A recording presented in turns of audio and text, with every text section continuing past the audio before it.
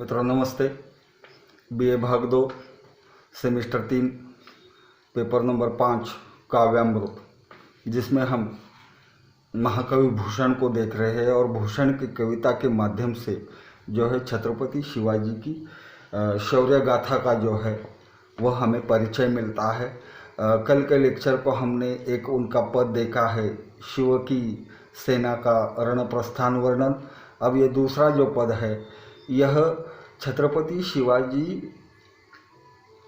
का जो आतंक था मुगलों पर, उस आतंक का भूषण ने जो है वो यहाँ वर्णन किया है। बाजी गजराज शिवराज सैन्य साजत ही, दिल्ली दल गल गाही 10 दिरघ दुखन की, तनिया न तिलक सुधनिया पैंगन की, घामे घुमरात छोड़ी सेजिया सुखन की, भूषण भनत पति बाह बहियन तेऊ, छैया छबीली ताकी रहियो रुखन की, बालिया बिथुर जिमी आलिया नलिन पर, लालिया मलिन मुगलनिया मुखन की।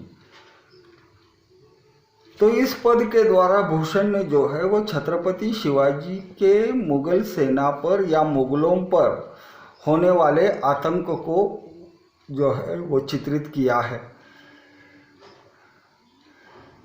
बाजी गजराज शिवराज सैन्य साजत ही, दिल्ली दलगही 10 दिरग दुखन की।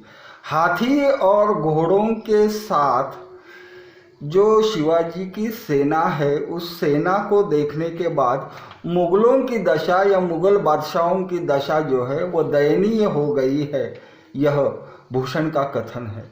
छत्रपति शिवाजी का आतंक ही मुगलों पर इतना प्रबल था कि जिसके कारण जो है वो मुगल जो थे वो भयभीत और आतंकित हुए थे और उन्हें अपने जीवन के प्रति जो है वह अत्यधिक मोह उत्पन्न हो रहा था, क्योंकि कब शिवाजी आएंगे और कब हमें खत्म करेंगे, यही डर उनके मन में रहता था।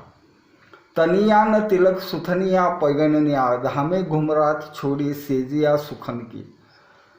मुगल युवराज या मुगलों के जो प्रमुख सरदार थे, उनके शरीर पर वस्त्र नहीं थे, उनके पैरों में पायजामे और जूतियां भी नहीं थी। मतलब डर के कारण उन्हें अपने कपड़ों के तरफ भी उनका ध्यान नहीं रहता था, यह कवि का कथन है। तनिया न तिलक सुथनिया पगनिया, घामे घुमरात छेड़िया सूजिया सुखन की। सुख की सेज को उन्होंने त्याग दिया था और धूप में वे घूम रहे थे। भूषण भनत पति बाह बहियान तेऊ, छहिया छबिली ताकी रहिया रुकन की। मुगलों की जो औरतें थी, हालांकि ये मुद्दा विवाद का हो सकता है कि मुगलों पर टीका टिप्पणी करना अलग बात है और मुगल औरतों पर टीका टिप्पणी करना अलग बात है, ऐसा आजकल जो है वो समीक्षक मानते हैं। लेकिन उस समय छत्रपति शिवाजी के आतंक का वर्णन या उनकी जो दहशत थी वो केवल मुगल पुरुषों पर ही नहीं बल्कि मुगलों की औरतों पर भी थी, यह भूषण का कथन है। और इसलिए भूषण ने कहा है कि मुगल रानियां जो थी वह अपने अपने पतियों की दशाओं को देखकर स्तब्ध हो गई थी और उनके मुख पर बाल जो थे वो इस कदर से अस्त व्यस्त फैल चुके थे कि मानो कंवल के पास भंवर का समूह आया हो और उनके मुख की लाली चली गई है। संक्षेप में उन औरतों को, मुगली औरतों को अपना खुद का भी ध्यान नहीं था और न अपने पतियों का भी ध्यान था। और इसलिए वे लिखते हैं आगे, बलिया बिथुर जिमी आलिया नलिन पर, लालिया मलिन मुगलिनिया मुखन की। तो इन मुगल औरतों के मन में जो छत्रपति शिवाजी के प्रति जो आतंक छाया हुआ था, उस आतंक के कारण उनको किसी भी चीज की सूध-बूध नहीं रहती थी, यह जो है वो भूषण का कथन है। एक बात इस संदर्भ में जोड़ना चाहते हैं या जोड़ना जरूरी यह है कि अपना पति अगर दुखी है तो दुनिया की कोई भी स्त्री जो है, कोई भी नारी जो है, वो सुखी नहीं रह सकती। ये सीधी सादी साइकोलॉजी है, मनोविज्ञान है, और इसी मनोविज्ञान का आधार लेकर भूषण ने जो है वो यहाँ अपनी बात स्पष्ट की है। तो हमने ये देख लिया कि इस पद के द्वारा भूषण क्या बताना चाहते हैं कि हाथी और घोड़ों की माध्यम से सुसज्जित जो शिवाजी की सेना है, वह सेना देखने के बाद दिल्ली के मुगल दरबार में या मुगलों के सरदारों में, मुगल सेनापतियों में जो है वो छत्रपति शिवाजी का आतंक छाया था और उनकी दशा जो थी वो बहुत ही दुखपूर्ण रही। मतलब उनको कोई होश और हवास नहीं रहते थे। आगे वे लिखते हैं कि उन्हें किसी भी चीज़ की सूधी नहीं रहती थी, न मुगलों को रहती थी, न उनके औरतों को, और सुख की सेज को त्याग कर वे बेचारे धूप में इधर उधर घूम रहे थे पनाह पाने के लिए। कहीं जगह उनको आश्रय मिलता है तो वो आश्रय लेने के लिए, किसी सुरक्षित स्थान पर जाने के लिए, यह भूषण का कथन है। आगे वे लिखते हैं कि जो मुगल औरतें जिनको अपने पति के बाहुओं पर बड़ा गर्व था, घमंड था, अपने पति के बाहों पर अपना सर रखकर सोती थी, उन औरतों के मन में भी जो है वो छत्रपति का आतंक रहता था और अपने अपने पति की दशा, अपने शौहरों की दशाओं को देखकर वो भी खामोश, मौन, स्तब्ध, चुप रह गई थी।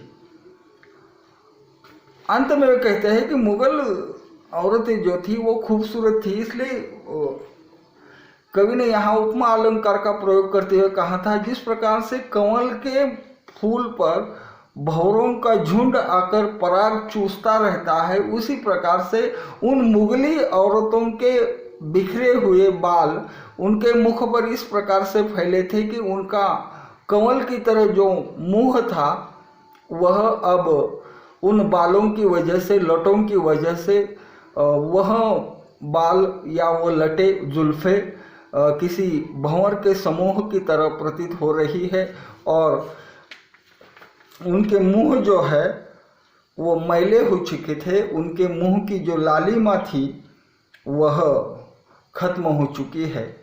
इस प्रकार से भूषण ने इस दूसरे पद के माध्यम से जो है मुगली औरतों पर और मुगल सैनिक तथा युवराज, सेनापति, सेना के धुरंधर, इन सब पर जो छत्रपति शिवाजी का आतंक था उसका वर्णन किया है कि छत्रपति का नाम सुनने के बाद इनके मुंह की लालिमा चली जाती थी, इनके मुंह विदीर्ण होते थे, इनकी नींद हराम हो रही थी और ये सुख की सेज को त्याग कर जो है वह धूप में इधर उधर दौड़ भाग रहे थे, क्योंकि कहीं सुरक्षित जगह जाना चाहते हैं कि जहां छत्रपति शिवाजी की सेना न पहुंचे, और इस प्रकार से वे अपने आप को बचाने की कोशिश कर रहे थे। तो इस तरह से इस दूसरे पद के द्वारा जो है छत्रपति शिवाजी के आतंक का वर्णन जो है वह भूषण ने किया है।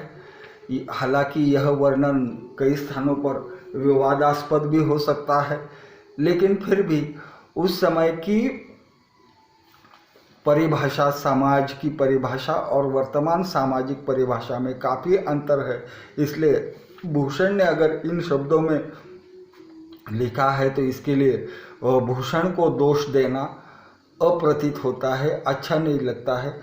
केवल इतना ही हमें ध्यान रखना है। इसका मतलब ये नहीं कि भूषण मुगली औरतों के प्रति बुरी नज़र से देखते थे, यह भी बात नहीं थी। इसलिए खुलासेवार इसको इसलिए हम स्पष्ट कर रहे हैं कि छत्रपति शिवाजी का स्त्रियों की ओर, महिलाओं की ओर देखने का दृष्टिकोण कैसा था, इसे हम सब जानते हैं कि हर पराई औरत में अपनी माता और बहन को देखने वाला यह राजा मुगली औरतों की ओर भी उसी नज़र से देखता होगा। इसके प्रति कम से कम हम लोगों के मन में कोई आशंका नहीं होनी चाहिए। लेकिन भूषण ने जो लिखा है वह भी एक तरह से उतना ही सच है कि अगर अपना पति खामोश है, दुखी है, तो दुनिया की कोई भी स्त्री जो है वो दुखी ही होगी।